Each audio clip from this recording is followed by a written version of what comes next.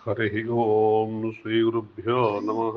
गुरुब्रह्मा गुरुर्विष्णुः गुरुर्देवो महेश्वरः गुरुसाक्षात् परब्रह्मास्मै श्रीगुरुवे नमः। गुरुवे सर्वलोकानां विशजे भवरोगिणां निधये सर्वविद्यानां श्रीदक्षिणामूर्तये नमः। वक्रतुण्डमहाकाय कोटिसूर्यसमप्रभा निर्विघ्नं कुरु मे देव सर्वकार्येषु सर्वदा। प्रणो देवी सरस्वती वदे वाजिनीवती धीनाममित्रवतु आनो दिवो भवतः पर्वतादा सरस्वती यजतागन्तयज्ञं वाग्देव्यै नमः। नारायणं नमस्कृत्यानं चैव नरोत्तमं देवीं सरस्वतीं व्यासं ततो जयमुदीरयेत्। व्यासा विष्णुरूपाय व्यासरूपाय विष्णवे नमो वै ब्रह्मनिधये वासिष्ठाय नमो नमः। विकाराय शुद्धाय नित्याय परमात्मने सदैकरूपरूपाय विष्णुवे सर्वजिष्णवे यस्य स्मरणमात्रेण जन्मसंसारबन्धनात् मुच्यते। नमस्तस्मै विष्णुवे सर्वजिष्णवे। सदाशिवसमारम्भां शङ्कराचार्यमध्यमाम् अस्मदाचार्यपर्यन्तां वन्दे गुरुपरम्पराम्। शङ्करं शङ्कराचार्यं केशवं बादरायणं सूत्रभाष्यतो वन्दे भगवन्तो पुनः पुनः। सद्गुरो देवताभ्यो नमः। श्रुतिस्मृतिपुराणानाम् आलयं करुणालयं नमामि भगवत्पादशङ्करं लोकशङ्करं। गुरुवे सर्वलोकानां विजये भवरोगिणां निधये सर्वविद्यानां श्रीदक्षिणामूर्तये नमः। हरिः ओं श्रीगुरुभ्यो नमः।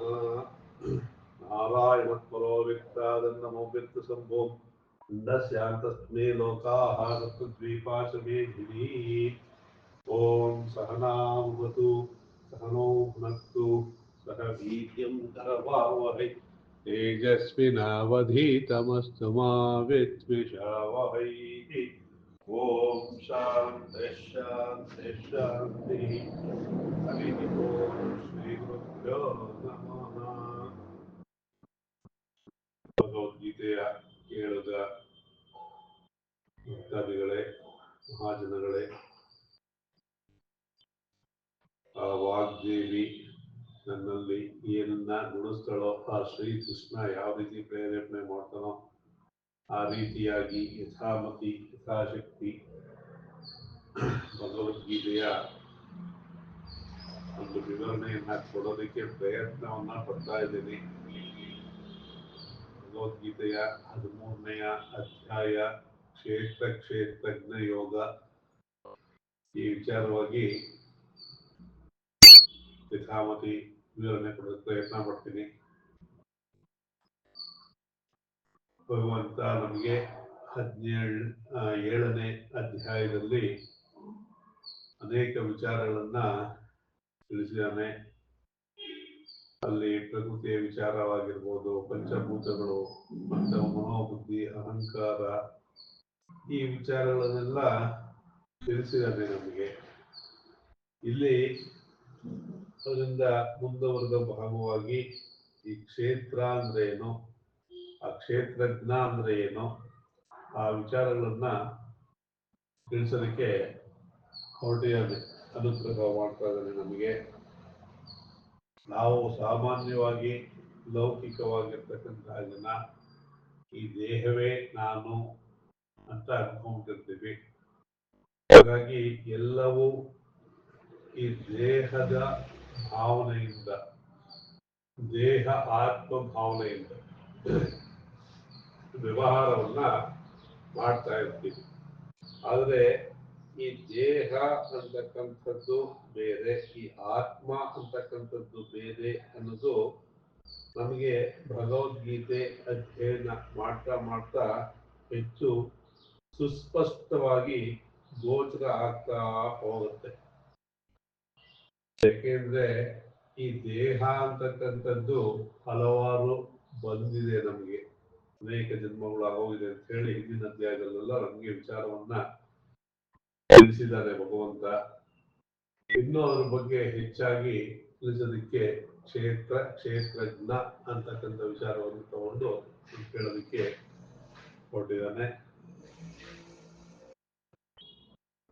श्रीभगवानुवाच इदं शरीरं कौन्तेय क्षेत्रमित्यभिधीयते एतद्यो वेत्ति तं प्राहुः क्षेत्रज्ञ इति तद्विदः इदं शरीरं कौन्तेय क्षेत्रम् इति अभिधीयते एतद् यो वेत्ति तं प्राहुः क्षेत्रज्ञ इति तद्विदः ಅಂತ ಹೇಳಿ ಹೇಳ್ತಾರೆ. ಏನಂತಂದ್ರೆ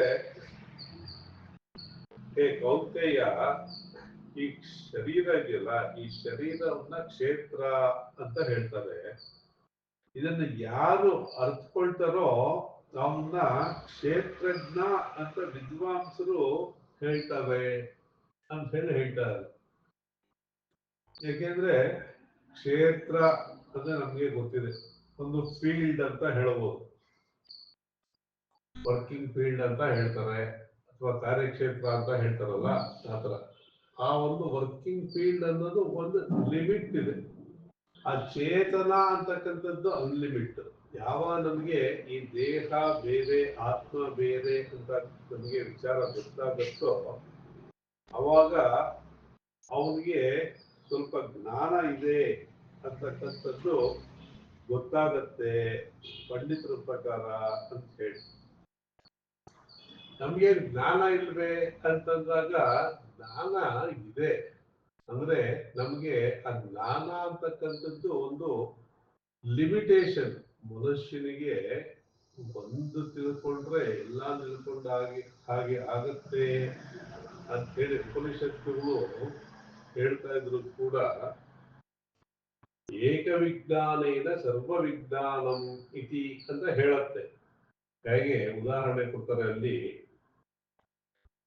ಒಂದು ಸುವರ್ಣವನ್ನ ನಾವು ಸರಿಯಾಗಿ ಅರ್ಥ ಮಾಡಿಕೊಂಡ್ರೆ ಆ ಸುವರ್ಣದಿಂದ ಆಗಿರ್ತಕ್ಕಂತಹ ಆಭರಣಗಳಿಗೆಲ್ಲ ಮೂಲ ಈ ಸುವರ್ಣ. ಇದು ಆಕಾರ ಮಾತ್ರ ಬೇರೆ ಆಗಿದೆ ಅಂತಕ್ಕಂತಹ ಒಂದು ಜ್ಞಾನ ಉಂಟಾಗತ್ತೆ ಅಂತಲ್ಲಿ ವಿವರಣೆಯನ್ನ ಕೊಡ್ತಾರೆ. ಆದ್ರೆ ಈ ಲೌಕಿಕ ವಿಚಾರದಲ್ಲಿ ತಗೊಂಡಾಗ ನಮ್ಗೆ ಯಾವುದೋ ಒಂದು ಭಾಗ ಮಾತ್ರ ಗೊತ್ತಿರುತ್ತೆ. ಉದಾಹರಣೆಗೆ ಅವನೊಬ್ಬ ಲಾಯರ್ ಆಗಿದ್ರೆ ಅವನಿಗೆ ಕಾನೂನು ಬಗ್ಗೆ ಹೆಚ್ಚಿಗೆ ಗೊತ್ತಿರುತ್ತೆ, ವಿಜ್ಞಾನದ ಬಗ್ಗೆ ಅಲ್ಪ ಸ್ವಲ್ಪ ಗೊತ್ತಿರ್ಬೋದು. ಅಥವಾ ಒಬ್ಬ ಡಾಕ್ಟರ್ ಅವನಿಗೆ ಅವನು ಯಾವಲ್ಲಿ ಸ್ಪೆಷಲೈಸ್ಟ್ ಆಗಿರ್ತಾನೋ, ಈಗ ಐ ಡಾಕ್ಟರ್ ಅಂದ್ರೆ ಐ ಬಗ್ಗೆ ಗೊತ್ತಿರುತ್ತೆ, ಆರ್ಥೋಪೆಡಿಕ್ ಬಗ್ಗೆ ಆ ಡಾಕ್ಟರ್ ಗೊತ್ತಿರೋದಿಲ್ಲ. ಹಾಗೆ ನಮ್ಮ ಲೌಕಿಕ ವಿಚಾರ ಅಂತಕ್ಕಂಥದ್ದು ಒಂದು ಲಿಮಿಟೇಷನ್ ಇದ್ದೇ ಇದೆ. ಇದು ವೇದಾಂತ ವಿಚಾರಕ್ಕೆ ಬಂದಾಗ ಮಾತ್ರ ನಮಗೆ ಈ ಆತ್ಮ ದೇಹ ಬೇರೆ ಬೇರೆ ಅಂತ ನಮಗೆ ಸ್ಪಷ್ಟವಾಗಿ ಗೊತ್ತಾದಾಗ ನಮ್ಮ ಆಲೋಚನಾ ಲಹರಿಯೇ ಬದಲಾಗತ್ತೆ. ಆಲೋಚನೆ ಬದಲಾದಾಗ ನಮ್ಮ ಕಾರ್ಯವೈಖರಿ ಬದಲಾಗತ್ತೆ. ನಾವು ಯಾವ ತರ ಕಾರ್ಯವನ್ನು ಮಾಡ್ತೀವೋ ಅದಕ್ಕೆ ತಕ್ಕನಾಗಿ ಫಲಗಳು ನಾವು ಅನುಭವಿಸ್ತೀವಿ. ಹಾಗೆ ಏನ್ ತಿಂದ್ರೆ ಅದೇ ತೆಗ್ತೀವಿ ಅಂತ ಹೇಳ್ತಾರೋ ಹಾಗೆ ನಾವು ಏನು ಯೋಚನೆ ಮಾಡ್ತೀವೋ ಆ ತರದಲ್ಲಿ ಕೆಲಸವನ್ನ ಮಾಡೋದಕ್ಕೆ ಹೊರಡ್ತೀವಿ, ಮಾಡ್ತೀವಿ.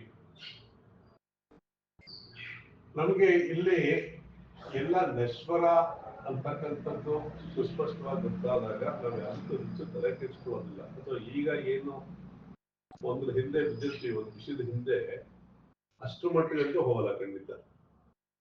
ಸರಿಯಾಗಿ ಅರ್ಥ ಮಾಡ್ಕೊಳ್ತಾ ಹೋದಾಗ ಅದನ್ನ ಇನ್ನೂ ಸುಸ್ಪಷ್ಟವಾಗಿ ಮುಂದಿನ ಶ್ಲೋಕಗಳಲ್ಲಿ ವಿವರಣೆಯನ್ನ ಮಾಡ್ತಾ ಹೋಗ್ತಾರೆ. ಕ್ಷೇತ್ರಜ್ಞಂ ಚ ಅಪಿ ಮಾಂ ವಿದ್ಧಿ ಸರ್ವಕ್ಷೇತ್ರೇಷು ಭಾರತ ಕ್ಷೇತ್ರ ಕ್ಷೇತ್ರಜ್ಞಯೋ ಜ್ಞಾನಂ ಯುಕ್ತಜ್ಞಾನಂ ಮತಂ ಮಮ. ಕ್ಷೇತ್ರಜ್ಞಂ ಚ ಅಪಿ ಮಾಂ ವಿದ್ಧಿ ಸರ್ವಕ್ಷೇತ್ರೇಷು ಭಾರತ ಕ್ಷೇತ್ರ ಕ್ಷೇತ್ರಜ್ಞಯೋ ಜ್ಞಾನಂ ಯತ್ ಜ್ಞಾನಂ ಯತ್ ತದ್ ಜ್ಞಾನಂ ಮತಂ ಮಮ. ಅರ್ಜುನನಿಗೆ ಹೇಳ್ತಾ ಇದ್ದಾನೆ, ಸರ್ವ ಕ್ಷೇತ್ರಗಳಲ್ಲಿಯೂ ಇರುವ ಕ್ಷೇತ್ರಜ್ಞ ಅದು ನಾನು ಅಂತ ತಿಳ್ಕೋ. ಕ್ಷೇತ್ರ ಕ್ಷೇತ್ರಜ್ಞ ಇವರ ಜ್ಞಾನ ಅಂತಾದ್ರೆ ಅದೇ ಜ್ಞಾನ ಅಂತ ನನ್ನ ಮತ ಅಂತ ಇಲ್ಲಿ ಹೇಳ್ತಾರೆ. ಯಾಕೆ ಅಂತಂದ್ರೆ ನಮಗೆ ನಾನು ಮುಂಚೆ ಹೇಳಿದಾಗೆ ಲೌಕಿಕ ಜ್ಞಾನದಲ್ಲಿ ತಿಳ್ಕೊಳ್ತಾ ಹೋದ್ರೆ ಅದು ನೆವರ್ ಎಂಡಿಂಗ್, ಇನ್ಫಿನಿಟಿ, ಅಲ್ಲಿ ಮುಗಿಯೋದೇ ಇಲ್ಲ, ಅದು ಇನ್ಫಿನಿಟಿ. ಆದ್ರೆ ಈ ಜ್ಞಾನವನ್ನು ತಿಳ್ಕೊಂಡಾಗ ಮನುಷ್ಯನಿಗೆ ದುಃಖಕ್ಕೆ ಮೂಲ ಯಾವುದು ಅಂತಂದ್ರೆ ಅಜ್ಞಾನ. ಆ ಅಜ್ಞಾನ ಅನ್ನೋದು ಹೋಯ್ತು ಅಂತಂದ್ರೆ ಜ್ಞಾನ ಉಂಟಾಯ್ತು ಅಂತ ಮತ್ತೆ ಹೇಳ್ಬೇಕಾಗಿಲ್ಲ. ಆದ್ರೂ ಕೂಡ ಈ ಜ್ಞಾನ ಅನ್ನೋದು ಉಂಟಾದಾಗ ನಮ್ಗೇನಾಗುತ್ತೆ, ನಾವೇ ಸತ್ ಚಿತ್ ಆನಂದ ಸ್ವರೂಪ ಅನ್ನೋದು ಗೊತ್ತಾಗುತ್ತೆ. ಹೀಗೆ ಇದರಿಂದ ನಮಗೆ ಈ ದೇಹ ಅಂತಕ್ಕಂಥದ್ದು ನಿಮಿತ್ತವಾಗಿದೆ. ಈ ದೇಹದಲ್ಲಿ ಆ ಪರಮಾತ್ಮ ಕೂತ್ಕೊಂಡಿದ್ದಾನೆ, ಅವನಿಗೆ ನಾವು ಋಣಿಯಾಗಿರ್ಬೇಕು, ಅಥವಾ ನಾವು ಅಲ್ಪಜ್ಞರು, ಅಲ್ಪಶಕ್ತರು, ಅಲ್ಪಾಯುಷಿಗಳು, ಈ ರೀತಿಯಾದಂತಹ ಒಂದು ವಿಚಾರ ಸುಸ್ಪಷ್ಟವಾಗಿ ಗೊತ್ತಾದಾಗ ಏನಾಗುತ್ತೆ, ನಮ್ಮಲ್ಲಿರ್ತಕ್ಕಂತಹ ಅಜ್ಞಾನ ಹೋಗಿ ನಮ್ಮಲ್ಲಿರ್ತಕ್ಕಂತಹ ಮೋಹ ಕಡಿಮೆ ಆಗತ್ತೆ.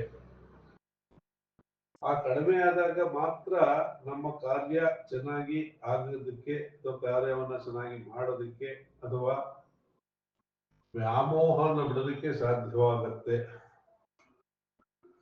ಹೇಗೆ ಒಬ್ಬ ಸೂರ್ಯ ಇಡೀ ಲೋಕಗಳನ್ನೇ ಬೆಳಗ್ತಾ ಇದ್ದಾನೋ, ಹಾಗೆ ಆ ಒಂದು ನಿರಾಕಾರವಾದಂತಹ ಚೇತನ ಅಥವಾ ಕೃಷ್ಣ ಈಶ್ವರ ಏನೇ ಹೇಳಿ ಅವನು ಎಲ್ಲರ ಒಂದು ಜೀವನವನ್ನ ನಡೆಸ್ತಾ ಇದ್ದಾನೆ ಅಂತಕ್ಕಂಥದ್ದು ನಮಗೆ ಸ್ಪಷ್ಟವಾಗಿ ಗೊತ್ತಾಗುತ್ತೆ.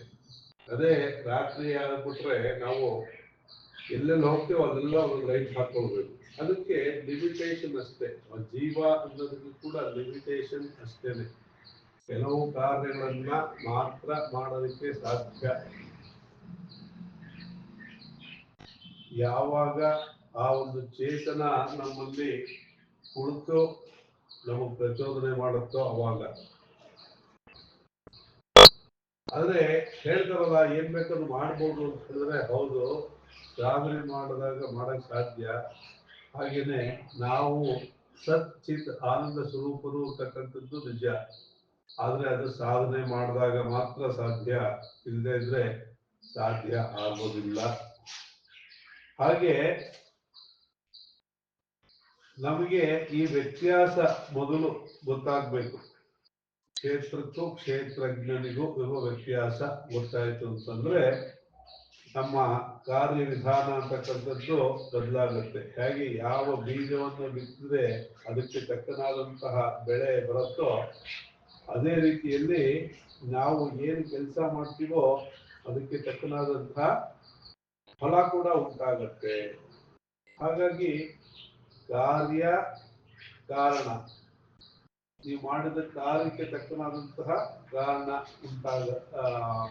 ಕಾರ್ಯಕ್ಕೆ ತಕ್ಕನಾದಂತಹ ಫಲ ಬರುತ್ತಲ್ಲ, ಆ ರೀತಿಯಾಗಿ ಅಂತ ಹೇಳಿ ಹೇಳ್ತಾ ಇದ್ದಾರೆ.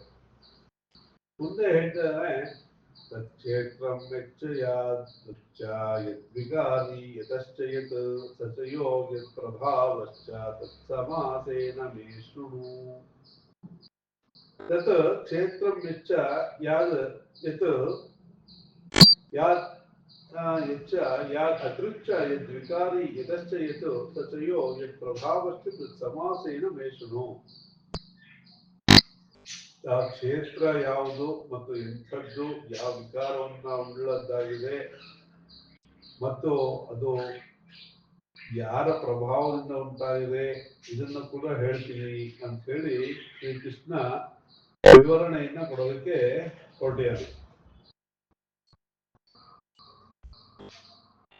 ಈ ಶರೀರ ಅಂತಕ್ಕಂಥದ್ದು ಒಂದು ನಿರ್ದಿಷ್ಟವಾಗಿದೆ ಅಲ್ವಾ, ಅದು ಪ್ರಸಿದ್ಧವಾಗಿರ್ತಕ್ಕಂಥದ್ದು. ನಮ್ಮ ಶರೀರ ಅಂತಕ್ಕಂಥದ್ದು ಎಷ್ಟಿದೆ ಅಂತಕ್ಕಂಥದ್ದನ್ನ ನಾವು ಮೆಜರ್ ಮಾಡಿ ಹೇಳ್ಬೋದು.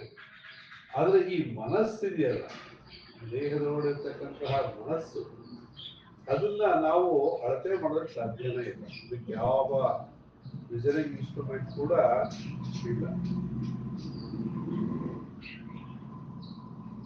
ಈ ದೇಹಕ್ಕೆ ವಿಕಾರಗಳು ಇದೆ. ಯಾಕೆ ಅಂತಂದ್ರೆ ಷಡ್ವಿಕಾರಗಳನ್ನ ಶಾಸ್ತ್ರ ಒಪ್ಕೊಂಡಿದೆ. ಅದು ನಮಗೆ ಲೌಕಿಕ ಜೀವನದಲ್ಲೂ ಕೂಡ ಗೊತ್ತಾಗುತ್ತೆ. ಹೇಗೆ ಬಾಲ್ಯ, ಯೌವನ, ಕೌಮಾರ, ವಾರ್ಧಕ್ಯ, ಸಾವು ಅಂತಕ್ಕಂಥದ್ದು ಬರುತ್ತೋ ಹಾಗೆ ಈ ಶರೀರಕ್ಕೆ ಇದೆ. ಮತ್ತೆ ಮನಸ್ಸು ಕೂಡ ಆ ಭಾವಗಳು ವ್ಯತ್ಯಾಸ ಆಗ್ತಾ ಇರುತ್ತೆ. ಒಂದೇ ರೀತಿಯಾದಂತಹ ಭಾವನೆ, ಒಂದೇ ರೀತಿಯಾದಂತಹ ಕೆಲಸ ನಾವು ಮಾಡ್ತಾ ಇರೋದಿಲ್ಲ. ಆದ್ರೆ ಅದನ್ನ ನಾವು ಹಿಡಿತದಲ್ಲಿ ಇಟ್ಕೊಂಡಾಗ ನಾವು ಏನ್ ಬೇಕಾದ್ರೂ ಸಾಧನೆ ಮಾಡೋದಕ್ಕೆ ಸಾಧ್ಯ ಇದೆ ಅಂತ ಹೇಳಿ ಹೇಳ್ತಾ ಇದ್ದಾರೆ. ಹೇಗೆ ಅಂತಂದ್ರೆ ನಮ್ಮ ಮನಸ್ಸು ತಿಳಿಯಾದ ನೀರಿನಂತ ಇದ್ದಾಗ ನಮಗೆಲ್ಲವೂ ಸ್ಪಷ್ಟ. ಅದು ಅಲ್ಲಾಡ್ತಿದ್ದಾಗ ನಮಗೆ ಆ ನೀರಿನಲ್ಲಿ ಯಾವುದೇ ಒಂದು ಪ್ರತಿಫಲನ ಅಥವಾ ಯಾವ್ದು ಅದರಲ್ಲಿ ಒಂದು ಚಿತ್ರ ಅಥವಾ ಒಂದು ಅದರಲ್ಲಿ ನೀರಿನ ತಳಭಾಗದಲ್ಲಿರ್ತಕ್ಕಂತಹ ವಸ್ತು ಸ್ಪಷ್ಟವಾಗಿ ಗೋಚರ ಆಗೋದಿಲ್ಲ. ಹಾಗಾಗತ್ತೆ. ಮತ್ತೆ ಇದರಲ್ಲಿ ಹೇಳ್ತಾ ಇದ್ದಾನೆ ಶ್ರೀಕೃಷ್ಣ, ಕ್ಷೇತ್ರ ಯಾವುದು, ಎಂಥದ್ದು, ಯಾವ ವಿಚಾರವನ್ನ ಉಳ್ಳದ್ದು ಇತ್ಯಾದಿಯಾಗಿ ಹೇಳ್ತೀನಿ ಅಂತಂದ್ರೆ, ಯಾವ ಒಂದು ಕಾರ್ಯವನ್ನ ಮಾಡ್ತೀವೋ ಆ ಕಾರ್ಯದಿಂದ ಆ ಒಂದು ಕರ್ಮ ಅಂತಕ್ಕಂಥದ್ದು ಉಂಟಾಗತ್ತೆ. ಆಗಾಮಿ ಪ್ರಾರಬ್ಧ ಸಂಚಿತ ಅಂತ ಹೇಳಿ ಉಂಟಾಗತ್ತೆ. ಆ ಕರ್ಮಗಳನ್ನ ಮಾಡೋದಕ್ಕೆ ಏನ್ ಕಾರಣ ಅಂತಂದ್ರೆ ಈ ಮನಸ್ಸು. ಆ ಮನಸ್ಸಿಗೆ ಪ್ರೇರೇಪಣೆ ಮಾಡೋದಕ್ಕೆ ಯಾವುದು ಅಂತಂದ್ರೆ ಹಿಂದೆ ಮಾಡಿದಂತಹ ಕರ್ಮಗಳು. ಆ ಕರ್ಮದಿಂದ ಈ ಮನಸ್ಸು ಉಂಟಾಗಿ ಈಗ ಈ ಕರ್ಮಗಳನ್ನ ಮಾಡ್ಕೊಳ್ಳೋದಕ್ಕೆ ಹೊರಟಿದೆ. ಆದ್ರೆ ಇದಕ್ಕೆಲ್ಲ ಪ್ರೇರಣೆ ಇರ್ತಕ್ಕಂಥದ್ದು ಒಂದು ಬೇಕಲ್ಲ. ಮನಸ್ಸಿಗೂ ಕೂಡ, ಮನಸ್ಸು ಕೆಲಸ ಮಾಡುತ್ತಿದ್ರು ಕೂಡ ಆ ಮನಸ್ಸಿಗೆ ಒಂದು ಪ್ರೇರಣೆ ಮಾಡ್ತಕ್ಕಂಥದ್ದು ಆ ಒಂದು ಶಕ್ತಿ ಇದೆಯಲ್ಲ, ಆ ಶಕ್ತಿ ಯಾವುದು ಅಂತ ಮುಂದೆ ಹೇಳೋದಕ್ಕೆ ಹೊರಟೆ. ಕ್ಷೇತ್ರ ಕ್ಷೇತ್ರಜ್ಞಂ ಯಥಾರ್ಥಂ ಭಕ್ಷ್ಯಂ ಸ್ತೋತಿ ಸ್ತೋತ್ರ ಬುದ್ಧಿ ಪ್ರರೋಚನಾರ್ಥ. ಕ್ಷೇತ್ರ ಮತ್ತು ಕ್ಷೇತ್ರಜ್ಞರ ವಿಚಾರವನ್ನು ತಿಳ್ಕೊಳ್ಬೇಕಾಗಿತ್ತು ಅಂದ್ರೆ ಮುಂದೆ ಮುಂದೆ ಶ್ಲೋಕಗಳನ್ನ ಅರ್ಥ ಮಾಡ್ಕೊಳ್ತಾ ಹೋದಾಗ ನಮಗೆ ಹಿಂದಿನ ಶ್ಲೋಕ ಅರ್ಥ ಆಗುತ್ತೆ. ಹೇಗೆ ಅಂದ್ರೆ ಇದು ಹೇಗೆ ಪ್ರಚೋದನೆಯನ್ನು ಹೊಂದುತ್ತೆ ಅಂದ್ರೆ, ಬಹುಧಾ ಗೀತಂ ಛಂದೋಭಿರ್ವಿವಿಧೈ ಪೃಥಕ್ ಬ್ರಹ್ಮಸೂತ್ರಪದೈಶ್ಚೈವ ಹೇತುಮಧ್ಯರ್ವಿನಿಶ್ಚಿತೈಃ. ಋಷಿಭಿಃ ಬಹುಧಾ ಗೀತಂ ಛಂದೋಭಿಃ ಬಹುವಿಧೈಃ ಪೃಥಕ್ ಬ್ರಹ್ಮಸೂತ್ರ ಪದಶ್ಚೈವ ಹೇತು ಮದ್ಭಿಃ ವಿನಿಶ್ಚಿತೈಃ.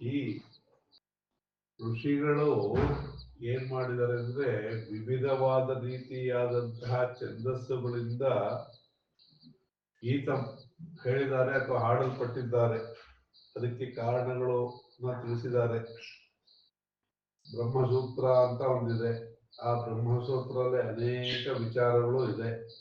4 ಅಧ್ಯಾಯ ಇದೆ ಅದರಲ್ಲಿ. ಬ್ರಹ್ಮಸೂತ್ರದಲ್ಲಿ ಒಂದೊಂದು ಅಧ್ಯಾಯಕ್ಕೆ 4 ಪಾದಗಳು ಅಂತ ಮಾಡಿದ್ದಾರೆ. ಅದರಲ್ಲಿ ಅನೇಕ ಸೂತ್ರಗಳಿದೆ. ಆ ಸೂತ್ರದಲ್ಲಿ ಅಧಿಕರಣಗಳು ಅಂತ ಮಾಡಿದ್ದಾರೆ. ಹೀಗೆಲ್ಲ ಮಾಡಿ ಏನ್ ತಿಳಿಸಕ್ಕೆ ಹೊರಟಿದ್ದಾರೆ ಅಂತಂದ್ರೆ ನಮಗೆ ಜ್ಞಾನವನ್ನ ತಿಳಿಸೋದಕ್ಕೆ ಹೊರಟಿದ್ದಾರೆ.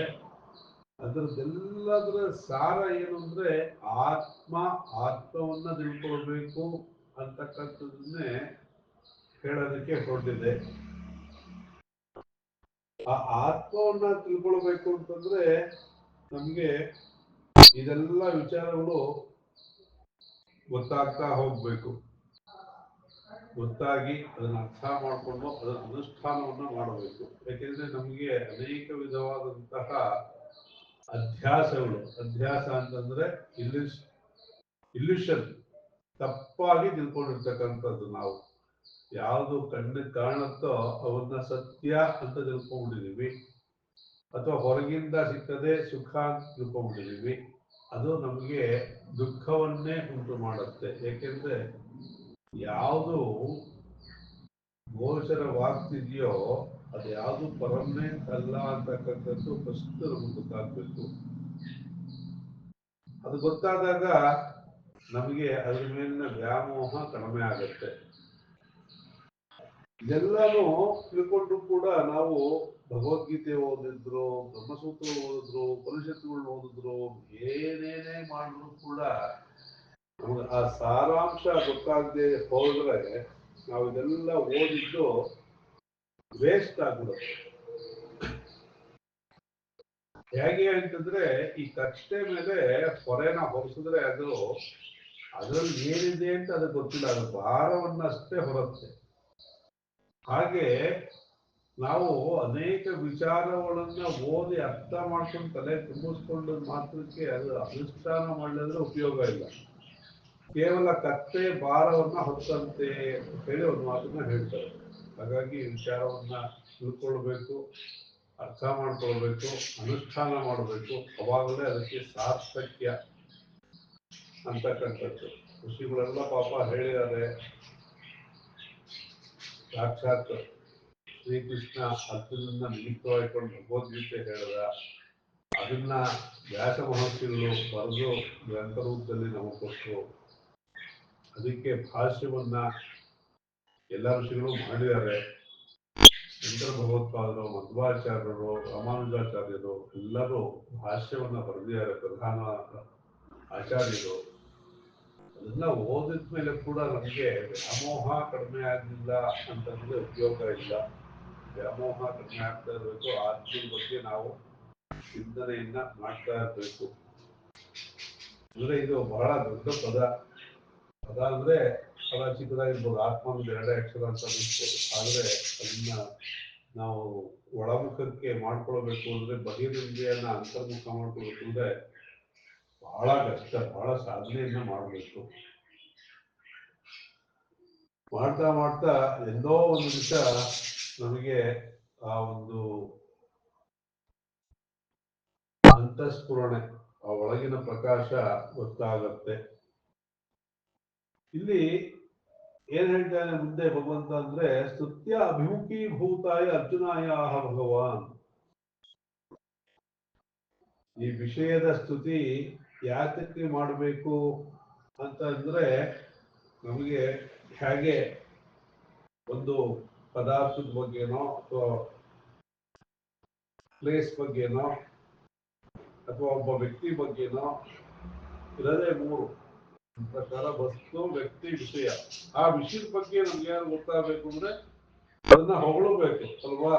ಯಾವ್ದೋ ಒಂದು ಊರು, ಆ ಊರಲ್ಲಿ ಇಂಥ ಜಾಗ ಇದೆ, ಅದು ತುಂಬಾ ಚೆನ್ನಾಗಿದೆ, ಬಹಳ ಖುಷಿ ಆಗುತ್ತೆ ಅಂದಾಗ ಅಲ್ಲಿ ಹೋಗ್ಬೇಕು ಅಂತ ಮನಸ್ಸಾಗುತ್ತೆ, ಅಥವಾ ಅಲ್ಲಿ ಹೋಗೋ ಪುಣ್ಯ ಬರುತ್ತೆ ಇತ್ಯಾದಿಗಳಿಂದ ಅಲ್ಲಿ ಹೋಗ್ಬೇಕು ಅಂತ ಮನಸ್ಸು ಬರುತ್ತೆ. ಅದಕ್ಕೆ ಸ್ತುತಿ ಮಾಡ್ತಾರೆ. ಅಥವಾ ಯಾವುದೋ ಒಂದು ಪದಾರ್ಥ ತುಂಬಾ ಚೆನ್ನಾಗಿದೆ, ತುಂಬಾ ಮಜಾ ಇದೆ ತಿನ್ನಕ್ಕೆ ಅಂತಂದಾಗ ಅದ್ರ ಬಗ್ಗೆ ನಮಗೆ ಮನಸ್ಸು ಮೂಡುತ್ತೆ. ಹಾಗೇನೆ ಯಾರೋ ಬಗ್ಗೆ ಬಹಳ ಹೊಗಳದಾಗ ಅವ್ರ ಬಗ್ಗೆ ತಿಳ್ಕೊಳ್ಬೇಕು ಅಥವಾ ಅವ್ರು ನೋಡ್ಬೇಕು ಅಥವಾ ಮಾತಾಡಬೇಕು ಇತ್ಯಾದಿಗಳು ಬಯಕೆ ಉಂಟಾಗುತ್ತೆ. ಹಾಗೇನೆ ವಿಚಾರವನ್ನ ಭಗವಂತ ಹೊಗಳ್ತಾ ಇದ್ದಾನೆ. ಯಾಕೆ ನಮ್ಗೆ ಅದ್ರ ಬಗ್ಗೆ ಜ್ಞಾನ ಬರಬೇಕು, ಅದನ್ನ ತಿರುಗ್ಬೇಕು. ನಾವು ಫಸ್ಟ್ ಅದನ್ನ ತಿರುಗಿದಾಗ ಅದನ್ನ ನೋಡ್ತೀವಿ, ಆಮೇಲೆ ಅದನ್ನ ಅರ್ಥ ಮಾಡ್ಕೊಳ್ಳೋಕೆ ಪ್ರಯತ್ನ ಮಾಡ್ತೀವಿ, ಅರ್ಥ ಆದ್ಮೇಲೆ ಅದನ್ನ ಅನುಸಾರಣೆ ಮಾಡೋದಕ್ಕೂ ಪ್ರಯತ್ನ ಪಡ್ತೀವಿ. ಈ ರೀತಿಯಾಗಿ ಇರುತ್ತೆ. ಅದನ್ನೇ ಇಲ್ಲಿ ಶ್ಲೋಕದ ಮೂಲಕ ಹೇಳ್ತಾ ಇದ್ದಾನೆ ಶ್ರೀಕೃಷ್ಣ. ಮಹಾಭೂತಾನ್ಯಹಂಕಾರೋ ಬುದ್ಧಿರ್ವ್ಯಕ್ತಮೇವ ಚ ಇಂದ್ರಿಯಾಣಿ ಪಂಚ ಪಂಚತೆ ಇಂದ್ರಿಯಾಗೋಚರಾಃ.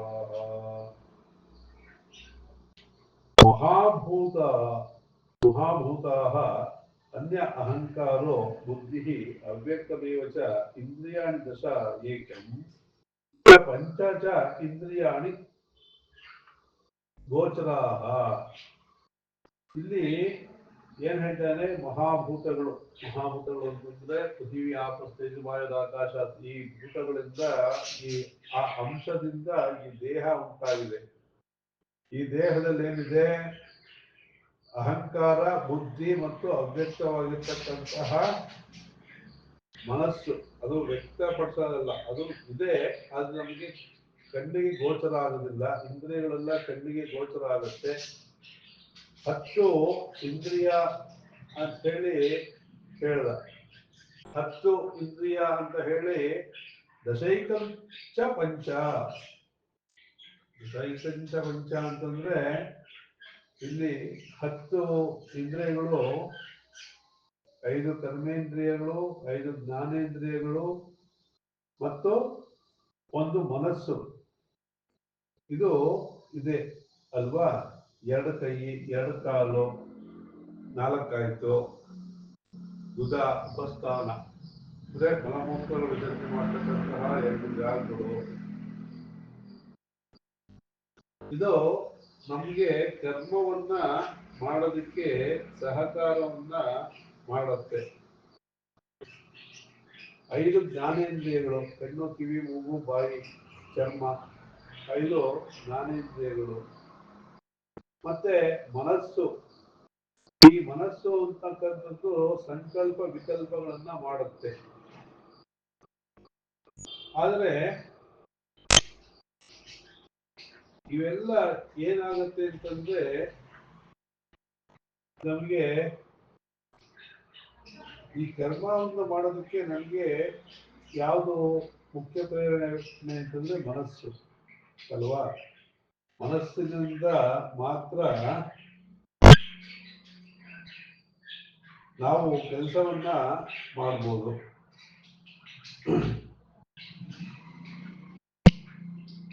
ಮನಸ್ಸಿಲ್ಲ ಅಂದ್ರೆ ನಾವು ಯಾವ ಕೆಲಸವನ್ನು ಮಾಡೋದಿಲ್ಲ.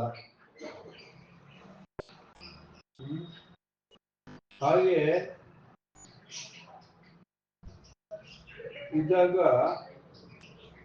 ಈ ಮನಸ್ಸಿನಲ್ಲಿ ಏನಾಗುತ್ತೆ ಅಂದ್ರೆ, ಈಗ ಮನಸ್ಸು ಬಂದನ್ನ 4 ವಿಭಾಗವನ್ನ ಮಾಡ್ತಾರೆ. ಮನಸ್ಸನ್ನ ಬುದ್ಧಿ, ಚಿತ್ತ, ಅಹಂಕಾರ. ಮನೋ, ಬುದ್ಧಿ, ಚಿತ್ತ, ಅಹಂಕಾರ 4 ಆಯ್ತು. ಮನಸ್ಸು ಯಾವ್ದನ್ನ ನೋಡತ್ತೆ, ಅದು ಬೇಕೋ ಬೇಡ ಅಂತ ಹೇಳುತ್ತೆ. ಅದ್ರ ಮೇಲೆ ಬುದ್ಧಿ, ಅದು ಬೇಕು ಅಂತಂದ್ರೆ ಏನು, ಬೇಡ ಅಂದ್ರೆ ಏನು ಅಂತಕ್ಕಂಥದ್ದು ಬುದ್ಧಿ ಹೇಳುತ್ತೆ. ಅದ್ರ ಮೇಲೆ ಚಿತ್ತ ಅಂತಕ್ಕಂಥದ್ದು ಇರುತ್ತೆ. ಆ ಚಿತ್ತ ಇದನ್ನ ಮುಂಚೆ ನನ್ಗೆ ಇದರಿಂದ ಇಂಥದ್ದಾಗಿತ್ತು, ಒಳ್ಳೇದಾಗಿತ್ತೋ ಕೆಟ್ಟದ್ದಾಗಿತ್ತೋ ಹೇಳುತ್ತೆ. ಉದಾಹರಣೆ ನಿಮ್ಗೆ ಇದು ಸ್ಪಷ್ಟ ಆಗ್ಬೇಕು ಅಂತಂದ್ರೆ, ಕಾಫಿ ಸಾಮಾನ್ಯವಾಗಿ ಎಲ್ಲರಿಗೂ ಇಷ್ಟ. ಆದ್ರೆ ಮನಸ್ಸು ನೋಡಿದಷ್ಟೇ ಕಾಫಿ ಕುಡಿಬೇಕು, ಕಾಫಿ ಪ್ರಿಯರಿಗೆ ಕಾಫಿ ಕುಡಿಬೇಕು ಅನ್ಸುತ್ತೆ. ಆದ್ರೆ ಬುದ್ಧಿ ಇಲ್ಲ, ಜಾಸ್ತಿ ಕುಡಿಬೇಡ ಅಂತ ಹೇಳುತ್ತೆ. ಚಿತ್ತ ಕಾಫಿ ಹೆಚ್ಚೆ ಕುಡಿದಾಗ ನಿಮಗೆ ಅಸಿಡಿಟಿ ಪ್ರಾಬ್ಲಮ್ ಆಗಿತ್ತು ಅಂತ ಹೇಳುತ್ತೆ. ಆದ್ರೆ ಅಹಂಕಾರ ಇದೆಲ್ಲ ಮೀರಿ ಏನ್ ಮಾಡುತ್ತೆ, ಅವಾಗ ಯಾವೋ ಒಂದ್ಸತಿ ಆಗಿದೆ, ಈಗೇನಾಗಲ್ಲ ಕುಡಿ ಅಂತ ಹೇಳಿ ಕುಡಿಯೋ ತರ ಪ್ರೇರೇಪಣೆ ಮಾಡುತ್ತೆ. ಹೀಗೆ ಕುಡಿದಾಗ ಅದ್ರ ಪರಿಣಾಮ ಅಂತೂ ಬೇರೆ ಇರುತ್ತೆ. ಎಲ್ಲರಿಗೂ ಅಸಿಡಿಟಿ ಆಗ್ಬೇಕು ಅಂತಿಲ್ಲ, ಅವ್ರ ದೇಹದ ಮೇಲೆ ಹೋಗುತ್ತೆ. ಹಾಗೆ ಒಂದು ಉದಾಹರಣೆ, ಯಾವ ಕರ್ಮವನ್ನ ಮಾಡಬೇಕು, ಯಾವ ಕರ್ಮವನ್ನು ಮಾಡಬಾರ್ದು, ಯಾವ ಕರ್ಮ ಮಾಡಿದ್ರೆ ಏನಾಗತ್ತೆ ಅಂತಕ್ಕಂಥದ್ದು ನಮಗೆ ಮನಸ್ಸಿನಲ್ಲಿ ರೆಕಾರ್ಡ್ ಆಗಿ ಇರುತ್ತೆ. ಇದೆಲ್ಲವನ್ನ ಯಾವ್ದ್ರಿಂದ ಆಗುತ್ತೆ, ಮನಸ್ಸಿನಿಂದ ಸಂಕಲ್ಪ ಅಥವಾ ವಿಕಲ್ಪ ಉಂಟಾಗಿ ಅದಕ್ಕೆ ಕಾರ್ಯೋನ್ಮುಖ ಮಾಡೋದು ಕಾಲು, ಕೈ, ಕಣ್ಣು, ಮೂಗು, ಬಾಯಿ, ನಾಲ್ಗೆ, ಚರ್ಮ ಇವೆಲ್ಲ ಸಹಕಾರ ಕೊಡಬೇಕು ಅಲ್ವಾ. ಸಹಕಾರ ಕೊಟ್ರೆ ಕೆಲಸ ಆಗೋದು. ಈ ರೀತಿಯಾದಂತಹ ಕೆಲಸಗಳು ಆಗತ್ತೆ ಅಂತ ಹೇಳಿ ಹೇಳ್ತಾ ಇದ್ದಾರೆ. ಇಲ್ಲಿ ಮುಂದೆ ಹೇಳ್ತಾ ಇದ್ದಾನೆ, ಅಥ ಇದಾನೀಂ ಆತ್ಮಗುಣಾಃ ಇತಿ ಯಾನ್ ಆಚಕ್ಷತೆ ವೈಶೇಷಿಕಾಃ ತೇ ಅಪಿ ಕ್ಷೇತ್ರಧರ್ಮ ಏವ ತದು ಕ್ಷೇತ್ರಜ್ಞಸ್ಯ ಇತ್ಯಾಹ ಭಗವಾನ್. ಈಗ ವೈಶೇಷಿಕರು ಏನ್ ಹೇಳ್ತಾ ಇದ್ದಾರೆ, ಆತ್ಮನ ಗುಣ ಅಂತ ಹೇಳ್ತಾರಲ್ಲ, ಅದು ಕ್ಷೇತ್ರ ಧರ್ಮಗಳೇ ಹೊರತು ಕ್ಷೇತ್ರಜ್ಞನ ಧರ್ಮ ಅಲ್ಲ ಅಂತ ಹೇಳಿ ಭಗವಂತ ಹೇಳ್ತಾರೆ. ಯಾಕೆಂದ್ರೆ ಕ್ಷೇತ್ರ ಅಂತಕ್ಕಂಥದ್ದು ದೇಹ, ಕರ್ಮೇಂದ್ರಿಯ ಜ್ಞಾನೇಂದ್ರಿಯಗಳಿಂದ ಕೂಡ್ತಕ್ಕಂಥ ಈ ದೇಹ, ಅದರಲ್ಲಿರ್ತಕ್ಕಂತಹ ಆತ್ಮಕ್ಕೆ ಯಾವುದೇ ಸಂಬಂಧ ಇಲ್ಲ, ಅದು ಕೇವಲ ಸಾಕ್ಷಿಭೂತವಾಗಿರುತ್ತೆ ಅಂತ ಹೇಳಿ ಹೇಳ್ತಾ ಇದ್ದಾನೆ. ಅದನ್ನೇ ಇನ್ನೂ ಸುಸ್ಪಷ್ಟ ಮಾಡ್ತಾನೆ ಈ ಶ್ಲೋಕದಿಂದ. ದ್ವೇಷ ಸುಖಂ ದುಃಖಂ ಸಂಘಾತ ಚೇತನಾಕೃತಿ ಏತಕ್ಷೇತ್ರಂ ಸಮಾಸೇನ ಸವಿಕಾರ ಮುದಾಹೃತಂ. ನಮ್ಮ ಮನಸ್ಸಿನಲ್ಲಿ ಏನೇನು ಉಂಟಾಗತ್ತೆ, ಯಾವುದೋ ಒಂದು ನೋಡಿದಾಗ ಇಚ್ಛೆ ಉಂಟಾಗತ್ತೆ, ಯಾವುದೋ ಒಂದು ನೋಡಿದಾಗ ದ್ವೇಷ ಉಂಟಾಗತ್ತೆ, ಯಾವುದೋ ಒಂದು ಸುಖ ಅನ್ಸುತ್ತೆ, ಇನ್ಯಾವುದೋ ದುಃಖ ಅನ್ಸುತ್ತೆ, ಇನ್ನೊಂದು ಆ ಸಂಘಾತ ಉಂಟಾಗತ್ತೆ. ಸಂಘಾತ ಅಂತಂದ್ರೆ ಅದರಿಂದ ನಮಗೆ ವಿಚಾರ ಅಂತಕ್ಕಂಥದ್ದು ಬರುತ್ತೆ ಅಲ್ವಾ. ಇದ್ ಮಾಡಿದ್ರೆ ಸುಖ, ಇಂಥ ಮಾಡಿದ್ರೆ ದುಃಖ ಅಂತಕ್ಕಂತಹ ಆ ಒಂದು ವಿಷಯ ಉಂಟಾಗುತ್ತೆ. ಈ ಚೇತನಾ ಧೃತಿ ಅಂತಃಕರಣ ಧರ್ಮದಲ್ಲಿ ಇದೆಲ್ಲ ಉಂಟಾಗುತ್ತೆ. ಇದೆಲ್ಲ ಯಾವುದಕ್ಕೆ ಉಂಟಾಗುತ್ತೆ ಅಂತಂದ್ರೆ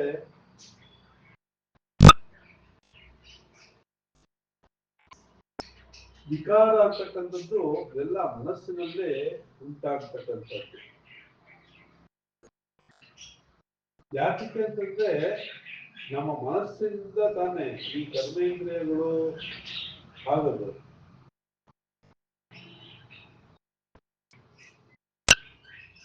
ಆ ಕರ್ಮೇಂದ್ರಿಯಗಳು ಮತ್ತೆ ಮನಸ್ಸು, ಜ್ಞಾನೇಂದ್ರಿಯ ಎರಡು ಸೇರಿಸಿ 11 ಆಯ್ತು. 5 ಕರ್ಮೇಂದ್ರಿಯ, 5 ಜ್ಞಾನೇಂದ್ರಿಯ ಮತ್ತು ಮನಸ್ಸು ಸೇರಿ 11 ಆಯ್ತು. ಈ 11 ಸೇರಿ ಮಾಡ್ತಕ್ಕಂತಹ ಕೆಲಸವನ್ನು ಕೂಡ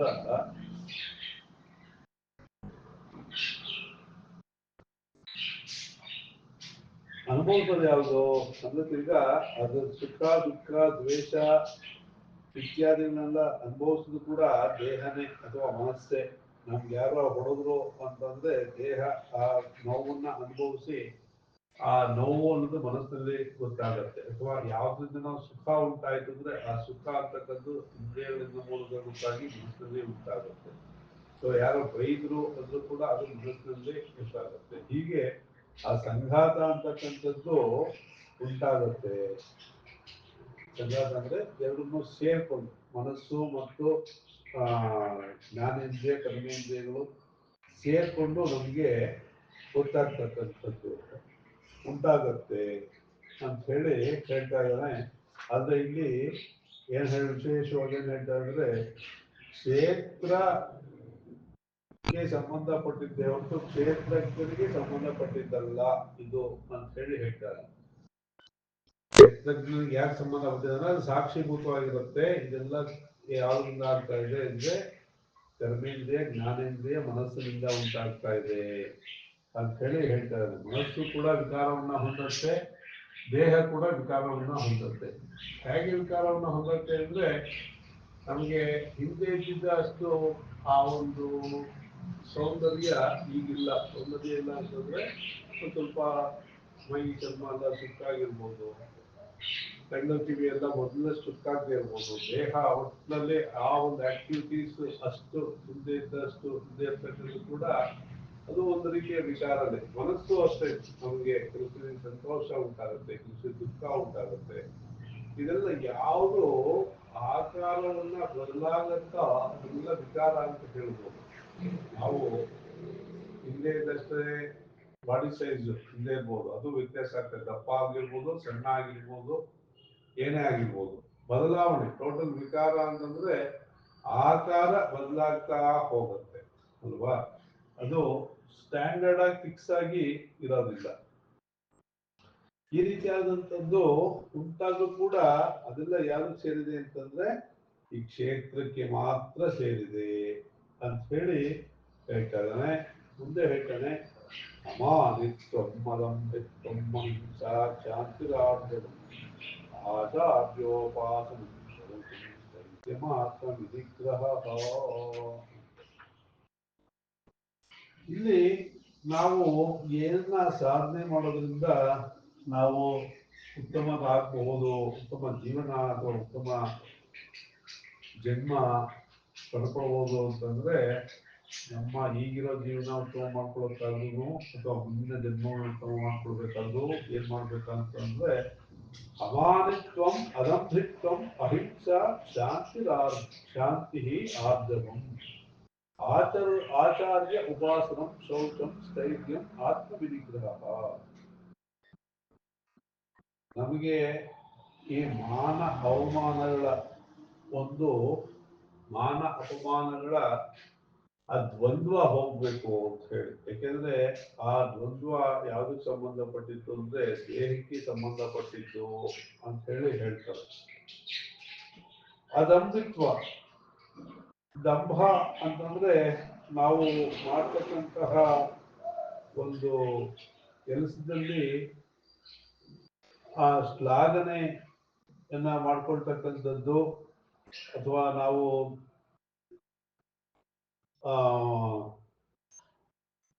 ತನ್ನ ಒಂದು ಹೆಚ್ಚುಗಾರಿಕೆಯನ್ನ ತೋರಿಸ್ಕೊಳ್ತೀವಲ್ವಾ, ಅದನ್ನ ಅದಂಬಿತ್ವ ಅಂತ ಹೇಳಿ ಹೇಳ್ತಾರೆ. ಮತ್ತೆ ಇಲ್ಲಿ ಶಾಂತಿ ಆರ್ಜವಂ,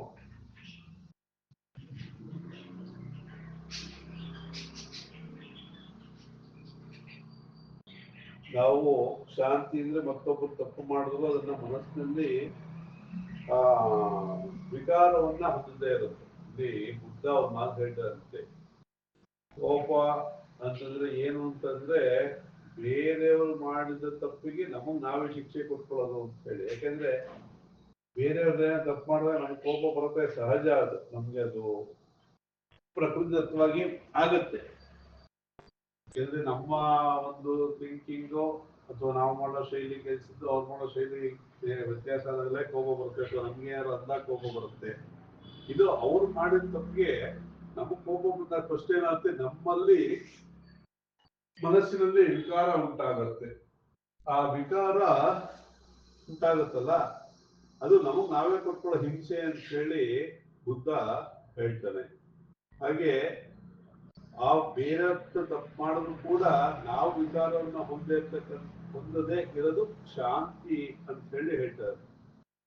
ಆರ್ಜವ ಅಂತಂದ್ರೆ ನಾವು ಅಲ್ಲಿ ಕೊಂಕು ಮಾತನಾಡೋದು, ಅಥವಾ ಅದಕ್ಕಿಂತ ಅವರಿಗಿಂತ ಭಿನ್ನವಾಗಿ ಹೋಗ್ದೇನೆ ಅದು ಹೀಗಲ್ಲ ಹೀಗೆ ಅಂತ ಹೇಳಿ ಸಾವಧಾನವಾಗಿ ಹೇಳ್ತಕ್ಕಂಥದ್ದು, ಅಥವಾ ಅದನ್ನ ಸರಿ ಮಾಡ್ತಕ್ಕಂಥದ್ದು ಆರ್ಜವ ಅಂತ ಹೇಳಿ ಹೇಳ್ತಾ ಇದ್ದಾರೆ.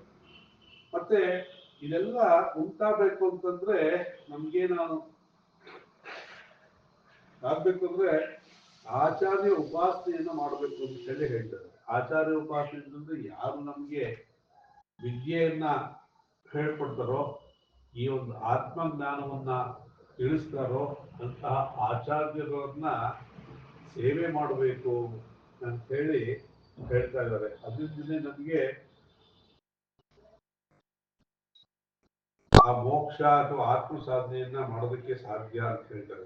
ಇನ್ನು ಮುಂದೆ ಶೌಚ ಅಂತ ಹೇಳ್ತಾರೆ. ಶೌಚ ಅಂದ್ರೆ ಶುಚಿಯಾಗಿ ಇರ್ತಕ್ಕಂಥದ್ದು.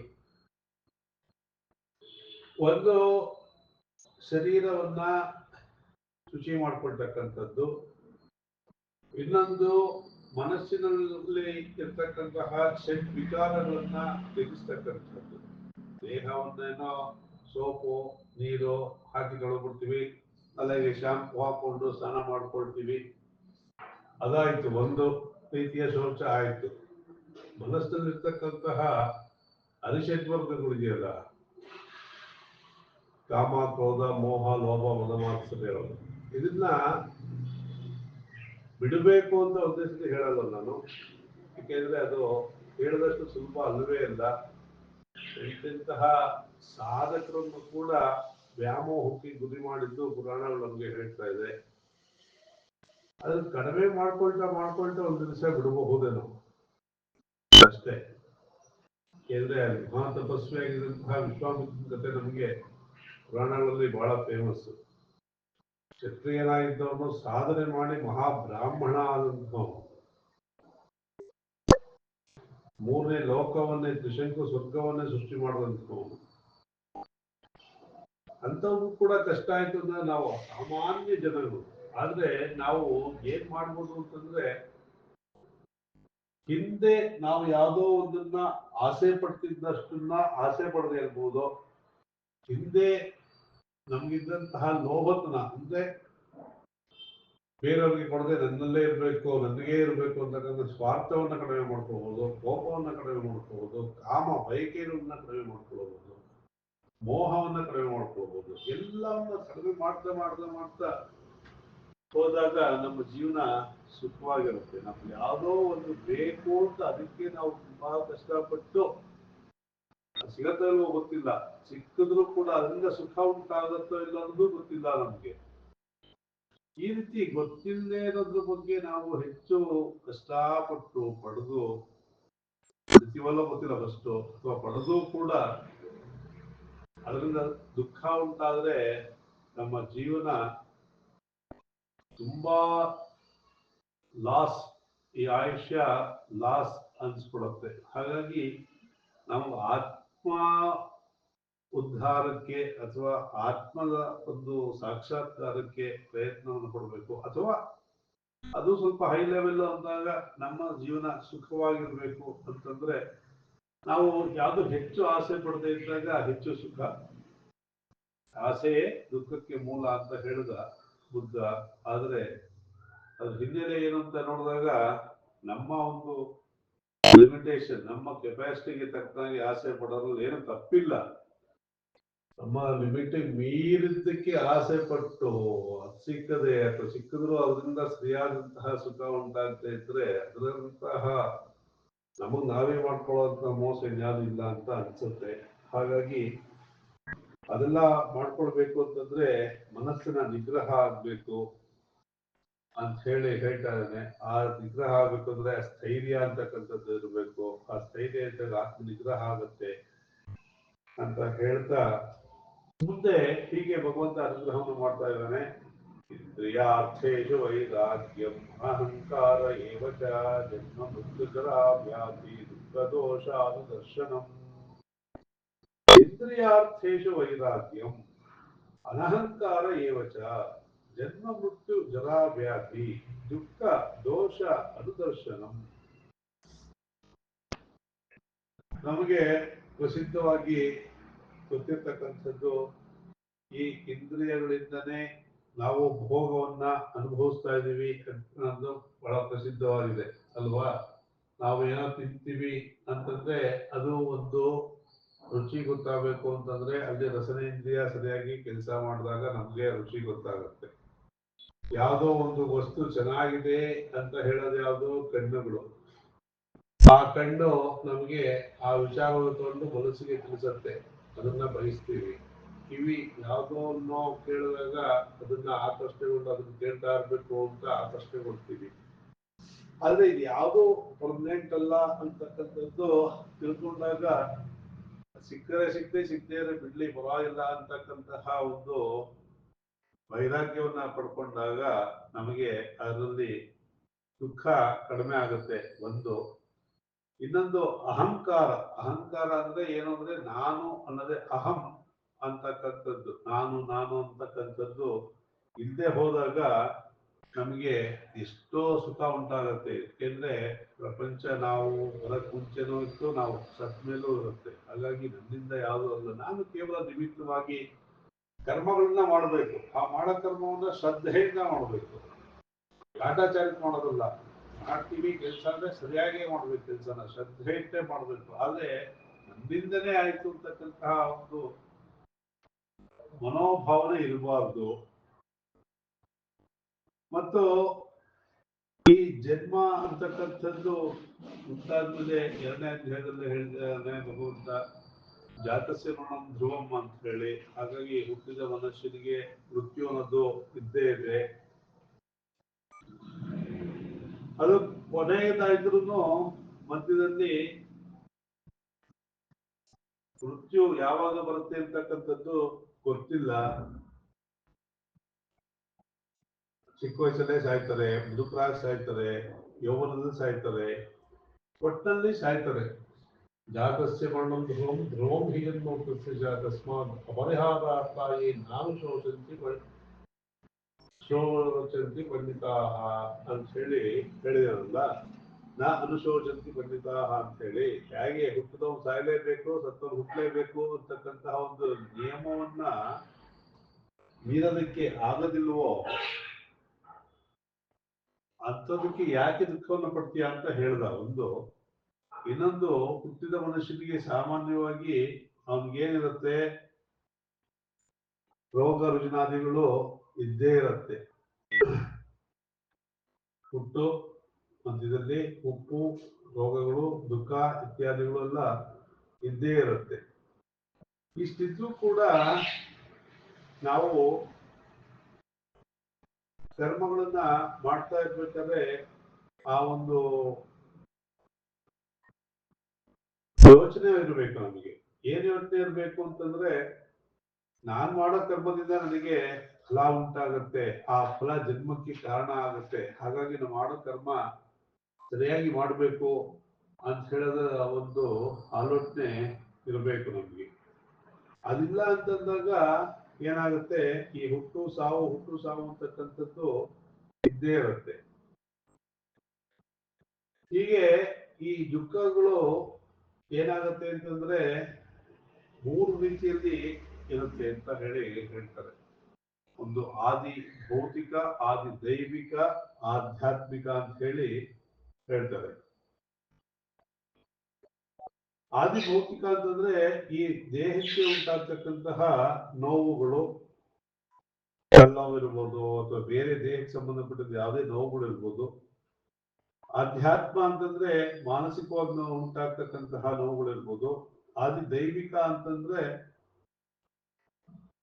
ಉಂಟಾಗ್ತಕ್ಕಂಥದ್ದು ಯಾವುದು, ಒಂದು ಸಿಡಿಲು, ಗುಡುಗು, ಮಿಂಚು ಇದೆಲ್ಲ ಉಂಟಾಗುತ್ತೆ. ಅದರಿಂದ ಸಿಡಿಲಿಂದ ಸಾಯ್ತಾರೆ, ಸಿಡಿಲು ಬಡದು, ಸುನಾಮಿ, ಭೂಕಂಪ, ಆಕ್ಸಿಡೆಂಟ್ಗಳು ಇತ್ಯಾದಿಗಳೆಲ್ಲ ಆಗುತ್ತಲ್ವಾ. ಹಾಗಾಗಿ ಅದೆಲ್ಲ ಯಾವ್ದ್ರಿಂದ ಉಂಟಾಗತ್ತೆ ಅಂತಂದ್ರೆ ಕರ್ಮಗಳಿಂದಲೇ ಉಂಟಾಗತ್ತೆ ಅಂತೇಳಿ ಹೇಳ್ತಾರೆ. ಹಾಗಾಗಿ ಆ ಕರ್ಮಗಳನ್ನ ಮಾಡಬೇಕಾದ್ರೆ ನಾವು ಹೆಚ್ಚು ಆಲೋಚನೆ ಮಾಡಿದಾಗ ನಮಗೆ ವೈರಾಗ್ಯ ಉಂಟಾಗತ್ತೆ. ಯಾಕೆ ಅಂತಂದ್ರೆ, ಅದೇಪ್ಪ ಈ ತಪ್ಪು ಮಾಡೋದ್ರಿಗೆ ಅದಕ್ಕೆ ಫಲ ಉಂಟಾಗತ್ತೆ, ಆ ಫಲ ಮತ್ತೆ ನಾನು ಅನುಭವಿಸ್ಬೇಕಾಗತ್ತೆ ಅಂತಕ್ಕಂಥದ್ದು ಯೋಚನೆ ಬರುತ್ತೆ. ಮುಂದೆ ಹೀಗೆ ಹೇಳ್ತಾ ಇದ್ದಾನೆ, ಅಸಕ್ತಿರ್ ಅನಭಿಶ್ವಂಗ ಕೃಪ್ತದಾರ ಗೃಹಾದಿಶು ನಿತ್ಯಂತ ಸಮಚಿತ್ತತ್ವ ಇಷ್ಟ ಅನಿಷ್ಟ ಉಪಪತ್ತಿಷು ಅಂತ ಹೇಳಿ ಹೇಳ್ತಾ ಇದ್ದಾರೆ. ಅಶಕ್ತಿ ಅನಭಿಶ್ವಂಗ ಪುತ್ರ ದಾರ ಗೃಹಾದಿಶು ನಿತ್ಯಂಚ ಸಮಚಿತ್ತತ್ವ ಇಷ್ಟ ಅನಿಷ್ಟ ಉಪಪತ್ತಿಷು ಅಂತ ಹೇಳಿ ಹೇಳ್ತಾರೆ. ನಮಗೆ ಆಸಕ್ತಿ ಅಂದ್ರೆ ನಿರಾಸಕ್ತಿ ಉಂಟಾಗ್ಬೇಕು. ಯಾವ್ದ್ರಲ್ಲಿ ಉಂಟಾಗ್ಬೇಕು ಅಂತಂದ್ರೆ, ನಾವು ವಿದ್ಯೆ ಸಂಪಾದನೆ ಮಾಡೋದ್ರಲ್ಲಾಗ್ಲಿ, ದಾನ ಧರ್ಮ ಮಾಡೋದ್ರಲ್ಲಾಗ್ಲಿ, ಅಥವಾ ಆತ್ಮದ ವಿಚಾರ ಸಾಧನೆ ಮಾಡೋದ್ರಲ್ಲಾಗ್ಲಿ ಉಂಟಾಗಬಾರ್ದು. ಮತ್ತೆ ಯಾವ್ದು ಉಂಟಾಗ್ಬೇಕು ಅಂತಂದ್ರೆ, ಇಲ್ಲಿ ಯಾವ್ದು ನಮಗೆ ಸಾಮಾನ್ಯ ಉಂಟಾಗಲು ಅದ್ರಲ್ಲಿ ಉಂಟಾಗ್ಬೇಕು ಅಂತಾನೆ. ಹೆಂಡತಿ, ಮಕ್ಕಳು, ಮನೆ, ಮತ್ತೆ ಇಷ್ಟ ಅನಿಷ್ಟ ಇದೆಯಲ್ಲ ನಮ್ಗೆ, ಅದರಲ್ಲಿ ನಮ್ಗೆ ವೈರಾಗ್ಯ ಬರಬೇಕು ಅಂತ ಹೇಳಿ ಹೇಳ್ತಾ ಇದ್ದಾರೆ. ಯಾಕೆಂದ್ರೆ ಯಾವುದೋ ಪರ್ಮನೆಂಟ್ ಅಲ್ಲದೆ ಇರೋದ್ರಿಂದ ನಾವು ಇದ್ರ ಬಗ್ಗೆ ಹೆಚ್ಚು ಆಸಕ್ತಿ ಇಟ್ಕೊಂಡು ಏನು ಉಪಯೋಗ? ಯಾರು ಯಾವ ತರ ನಮ್ಮಿಂದ ದೂರ ಆಗ್ತಾರೆ ಅನ್ನೋದು ಗೊತ್ತಿಲ್ಲ ಅಂತಕ್ಕಂತಹ ಅನುಭವ ಎಲ್ಲರಿಗೂ ಇದೆ. ನಮಗೆ ಸತ್ತು ದೂರ ಆಗ್ಬೋದು, ಅಥವಾ ನಮ್ಮಿಂದ ಬೇಜಾರು ಮಾಡ್ಕೊಂಡು ದೂರ ಆಗ್ಬೋದು, ಯಾರದೇ ಸಂಬಂಧ ಇರ್ಬೋದು. ಆ ಮನೆ ಅಂತಕ್ಕಂಥದ್ದು ಅಷ್ಟೇ, ಯಾವುದೋ ಕಾರಣಕ್ಕೆ ಕಳ್ಕೊಳ್ಬೋದು. ಹಾಗಾಗಿ ಈ ಅನಿತ್ಯ ಆಗಿರತಕ್ಕಂಥ ವಿಚಾರದಲ್ಲಿ ನಮ್ಗೆ ಅನಾಸಕ್ತಿ ಉಂಟಾಗ್ಬೇಕು, ಮತ್ತೆ ಸಮಚಿತ್ತ ಇರ್ಬೇಕು ಅಂತ ಹೇಳಿ ಹೇಳ್ತಾ ಇದ್ದಾರೆ. ಸಮಚಿತ್ತ ಅಂತಂದ್ರೆ ನಿಮ್ಗೆ ಹೆಚ್ಚು ಸಂತೋಷ ಪಡಬಾರ್ದು, ಹೆಚ್ಚು ದುಃಖವನ್ನು ಪಡಬಾರ್ದು ಯಾವುದೇ ಒಂದು ವಿಷಯಕ್ಕೆ. ಯಾವುದನ್ನು ಹೆಚ್ಚು ಇಷ್ಟಪಡಬಾರ್ದು, ಯಾವುದು ಅನಿಷ್ಟ ಅಂತಲೂ ಬಿಡಬಾರ್ದು. ಸಮಚಿತ್ತವಾಗಿರ್ಬೇಕು. ಅಷ್ಟು ಸುಲಭ ಅಲ್ಲ, ಆದ್ರೆ ಹೆಚ್ಚು ನಾವು ನಮ್ಮ ಎಲ್ಲ ಜೀವನದ ಅನುಭವ ಇರುತ್ತೆ. ಎಷ್ಟೋ ತುಂಬಾ ಇಷ್ಟಪಟ್ಟಿದ್ದು ಯಾವ್ದೋ ಕಾರಣಕ್ಕೆ ದೂರ ಆಗ್ಬಿಡುತ್ತೆ. ಅದು ಯಾವ್ದೋ ಬೇಡ ಅನ್ಕೊಂಡಿರ್ತೀವಿ, ಅದು ಬಂದು ನಮ್ಮ ಹತ್ರಕ್ಕೆ ಸೇರ್ಕೊಂಡ್ಬಿಡುತ್ತೆ. ಹಾಗಾಗಿ ನಾವು ತೀರಾ ಅದನ್ನ ದ್ವೇಷ ಮಾಡ್ತಿದೀವಿ ಅಂತಂದಾಗ ಆ ನೋವನ್ನು ನಾವೇ ಅನುಭವಿಸ್ಬೇಕು. ಅದು ಅನಿವಾರ್ಯವಾಗಿರುತ್ತೆ, ದೂರ ಮಾಡೋದಕ್ಕಾಗೋದಿಲ್ಲ. ಅವಾಗ ಅದನ್ನ ತುಂಬಾ ಕಷ್ಟಪಟ್ಟು ಸಹಿಸ್ಕೊಳ್ಬೇಕಾಗತ್ತೆ. ನಾವು ದೂರ ಹೋಗಕ್ಕಾಗಲ್ಲ, ಅದು ದೂರ ಹೋಗಕ್ಕಿಲ್ಲ ಅಂದಾಗ ತುಂಬಾ ದುಃಖ ಆಗುತ್ತೆ. ಇದಕ್ಕೆ ಶೃಂಗೇರಿ ಪರಂಪರೆಯಲ್ಲಿ ಒಂದು ಉದಾಹರಣೆ ಹೇಳ್ತಾರೆ. ಗುರುಗಳಾದಂತಹ ಅಭಿನವ ನರಸಿಂಹ ಭಾರತೀಯ ಮಹಾಸ್ವಾಮಿಗಳು ಅವರಿಗೆ ಒಂದು ವದರು ರೋಗ ಅಂತ ಹೇಳ್ತಾರೆ. ಅದು ತುಂಬಾ ನಡುಕ ಇರ್ತಂತೆ ಅವ್ರಿಗೆ. ಅದೊಂಥರ ಕಾಯಿಲೆ, ಅದಕ್ಕೆ ಏನೋ ಹೇಳ್ತಾರೆ, ಅದನ್ನು ಕೂಡ ಅದು ಪೂಜೆಗೆ ಬಂದು ಪೀಠದಲ್ಲಿ ಕೂತ್ಕೊಳ್ಳೋರ್ಗು ಬಹಳ ಹಿಂಸೆ ಮಾಡ್ತಾ ಇರ್ತಂತೆ. ಸರಿಯಾಗಿ ಮಾತಾಡಕ್ಕೂ ಆಗ್ತಾ ಇರ್ಲಿಲ್ಲ ಅವ್ರಿಗೆ. ಆದ್ರೆ ಅಲ್ಲಿ ಬಂದು ಪೀಠದಲ್ಲಿ ಕೂತ್ಕೊಂಡಾಗ ಅವರ ಒಂದು ಜಂಡ ಇಟ್ಕೊಳ್ತಾರೆ ಸನ್ಯಾಸಿಗಳು. ಅದ್ರ ಮೇಲೆ ಅವ್ರ ಶಿಷ್ಯರು ಆ ವಸ್ತ್ರವನ್ನ ತೆಗೆದು ಕೈ ಕೊಟ್ಟಾಗ ಪ್ರಾರಂಭವೇ ಹೋಗು ಅಂತ ಗಂಧದ ಮೇಲೆ ಅನಿಸಾಕ್ದಾಗ ಆ ಗಂಧ ನಡುಕ್ತಾ ಇರ್ತಂತೆ. ಅಲ್ಲಿ ಅವಾಗ ಇವರು ಬಹಳ ಸ್ಪಷ್ಟವಾಗಿ ವೇದಾಂತ ಮಂತ್ರಗಳನ್ನು ಹೇಳ್ಕೊಂಡು ದೇವತಾ ಪೂಜೆಗಳನ್ನ ಮಾಡ್ತಾ ಇದ್ರಂತೆ. ಪ್ರಾರಂಭ ಹೋ ಅಂತ ಇದ್ರಂತೆ, ಹೋಗ್ತಾ ಇರ್ತಂತೆ. ಪೂಜೆ ಎಲ್ಲ ಆದ್ಮೇಲೆ ಪ್ರಾರಂಭ ರಾ ಅಂತ ಇದ್ರಂತೆ.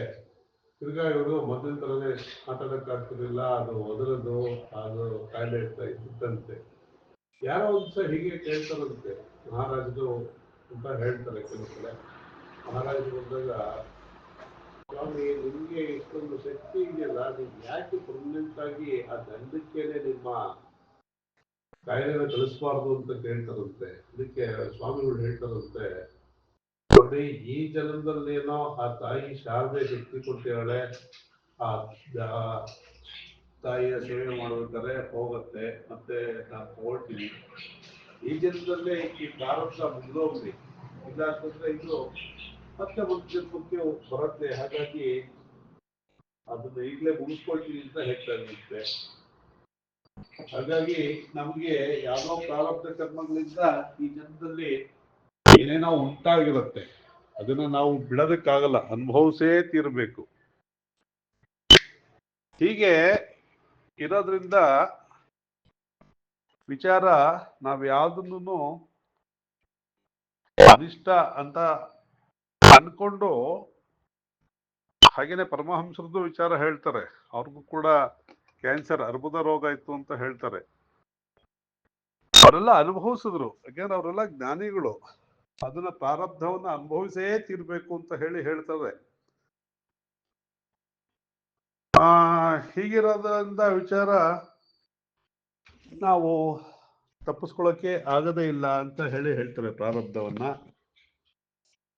ಹಾಗಾಗಿ ನಾವು ಯಾವ್ದ್ರಲ್ಲೂ ಕೂಡ ಹೆಚ್ಚು ಆಸಕ್ತಿಯನ್ನ ಅಥವಾ ಇಷ್ಟ ಅನಿಷ್ಟವನ್ನ ಹೊಂದಿಲ್ಲದೆ ಸಮನಾಗಿ ಇರಬೇಕು ಅಂತೇಳಿ ಭಗವಂತ ನಮಗೆ ವಿಚಾರವನ್ನ ಈ ಒಂದು ಶ್ಲೋಕದ ಮೂಲಕ ಅನುಗ್ರಹವನ್ನು ಮಾಡ್ತಾ ಇದ್ದಾನೆ. ಮುಂದೆ ಹೀಗೆ ಅನುಗ್ರಹವನ್ನು ಮಾಡಕ್ಕೆ ಹೊರಟಿಯಾನೆ ಶ್ರೀಕೃಷ್ಣ. ಈಚ ಅನನ್ಯ ಯೋಗೇನ ಭಕ್ಷ್ಯರ್ವ್ಯಭಿಚಾರಿಣಿ ವಿವಿಕ್ತ ದೇಶ ಸೇವಿತ್ವಂ ಅರತಿರ್ಜನ ಸಂಸದಿ. ಮೈಚ ಅನನ್ಯ ಯೋಗೇನ ಭಕ್ತಿ ಅವ್ಯಭಿಚಾರಿಣಿ ವಿವಿಕ್ತ ದೇಶ ಸೇವಿತ್ವಂ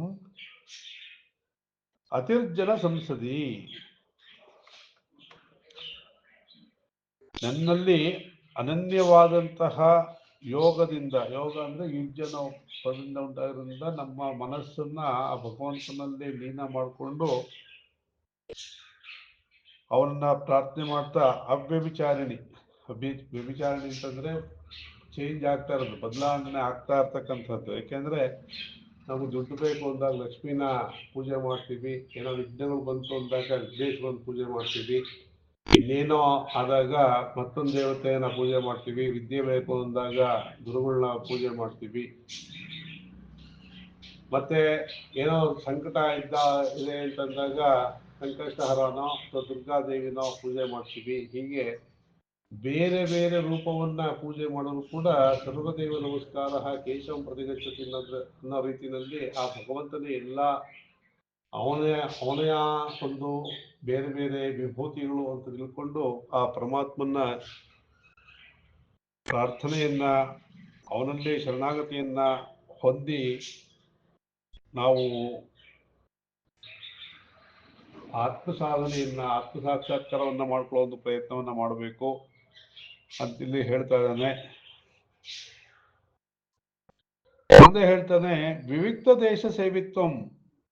ಇಲ್ಲಿ ವಿವಿಕ್ತ ದೇಶ ಅಂತಂದ್ರೆ ಬೇರೆ ಬೇರೆ ಆದಂತಹ ಮನಸ್ಸಿನ ಭಾವನೆಗಳನ್ನ ಸಂಸ್ಕಾರವನ್ನು ಮಾಡಿಕೊಂಡು ಅಶುಚ್ಯಾದಿಭಿ ಸರ್ಪವ್ಯಾಘ್ರಾದಿ ವಿಶ್ಚರಹಿತ. ಹೇಗೆ ಆ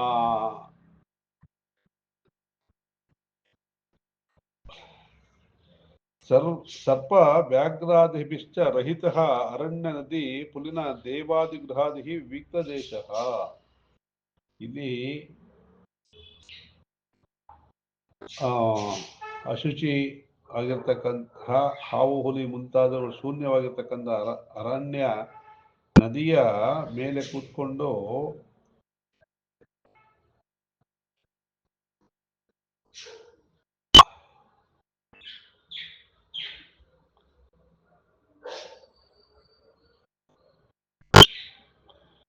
ಅಂದ್ರೆ ನಮಗೆ ಮನಸ್ಸು ಒಂದೊಂದು ಕಡೆ ಇದ್ದಾಗ ಒಂದೊಂದು ರೀತಿಯಾಗಿ ಇರುತ್ತೆ. ವಿವಿಕ್ತ ದೇಶ, ವಿವಿಕ್ತ ದೇಶ ಸೇವೆ ಅಂತಂದ್ರೆ ನಾವು ದೇವಸ್ಥಾನಕ್ಕೆ ಹೋದಾಗ ಒಂಥರ ಇರುತ್ತೆ, ಅಥವಾ ಹುಲಿ ಹಾವು ಇತ್ಯಾದಿಗಳು ನೋಡಿದಾಗ ಮನಸ್ಸು ಚೇಂಜ್ ಆಗುತ್ತೆ, ಅಥವಾ ಅದೆಲ್ಲ ರಹಿತವಾಗಿರ್ತಕ್ಕಂತಹ ಯಾವುದೇ ಕ್ಷುದ್ರ ಪ್ರಾಣಿಗಳು ಕ್ರೂರ ಪ್ರಾಣಿಗಳು ಇದಿರ್ತಕ್ಕಂತಹ ನದಿ ಮುಂತಾದ ಸ್ಥಾನದಲ್ಲಿ ಕೂತ್ಕೊಂಡು ನಾವು ಇದ್ದಾಗ ಮನಸ್ಸೊಂಥರ ನಿರ್ಮಲವಾಗಿ ಇರುತ್ತೆ. ಆ ರೀತಿ ಮನಸ್ಸನ್ನ ನಾವು ನಿರ್ಮಲ ಮನಸ್ಸನ್ನ ಇಟ್ಕೊಂಡು, ಅಂದ್ರೆ ಶಾಂತವಾದ ಮನಸ್ಸನ್ನ ಇಟ್ಕೊಂಡು ಯಾವ್ದ್ರಲ್ಲೂ ಕೂಡ ಅರತಿ ಅಂತಂದ್ರೆ ಅದ್ರ ಮೇಲೆ ನಮಗೆ ಪ್ರೀತಿ, ಅದನ್ನ ನಾವು ಇಷ್ಟಪಡ್ತೀವಲ್ಲ, ರಮಿಸ್ತೀವಲ್ಲ, ಆ ರಮಿಸದೇ ಇರ್ತಕ್ಕಂತಹ ಮನಸ್ಸನ್ನ ಇಟ್ಕೊಂಡು ಜನಸಂಸದಿ, ಈ ಜನಗಳ ಒಂದು ಗುಂಪಿನಲ್ಲಿ ಸೇರ್ಕೊಂಡು, ಅದು ವಿಶೇಷವಾಗಿ ವಿನೀತರಲ್ಲದಂತಹ ಜನಗಳ ಜೊತೆ ಸೇರ್ಕೊಂಡಾಗ ನಮಗೆ ಏನಾಗುತ್ತೆ, ನಮಗೂ ಮನಸ್ಸು ಹಾಗೇನೆ ಆಗತ್ತೆ ಅಲ್ವಾ. ನಮಗೆ ಯಾರ ಜೊತೆ ಇರ್ತೀವೋ ಆ ರೀತಿಯೇ ಮನಸ್ಸು ಪ್ರಚೋದನೆಯನ್ನ ಮಾಡ್ತಾ ಇರುತ್ತೆ. ಹಾಗಾಗಿ ನಮಗೆ ಇಲ್ಲಿ ಅದನ್ನ 3 ತರ ಹೇಳ್ತಾರೆ. ಚಿತ್ತೈಷಣ, ಅಂದ್ರೆ ಲೋಕೇಶನ, ವಿತ್ತೇಷಣ, ಪುತ್ರೇಷಣ ಅಂತ ಹೇಳಿ ಹೇಳ್ತಾರೆ. ಅಂದ್ರೆ ಪುತ್ರೇಷಣ ಅಂದ್ರೆ ಮಕ್ಕಳು ಇತ್ಯಾದಿಗಳ ಮೇಲೆ ಪ್ರೀತಿ, ವಿತ್ತೇಷಣ ಅಂದ್ರೆ ಜನರ ಮೇಲೆ ಪ್ರೀತಿ, ಲೋಕೇಶಣ ಅಂತಂದ್ರೆ ಲೋಕದ ಜನಗಳ ಮೇಲೆ ನಮಗೆ ಪ್ರಸಿದ್ಧಿ ಬರಬೇಕು ಅಂತಕ್ಕಂಥದ್ರ ಮೇಲೆ ವ್ಯಾಮೋಹ.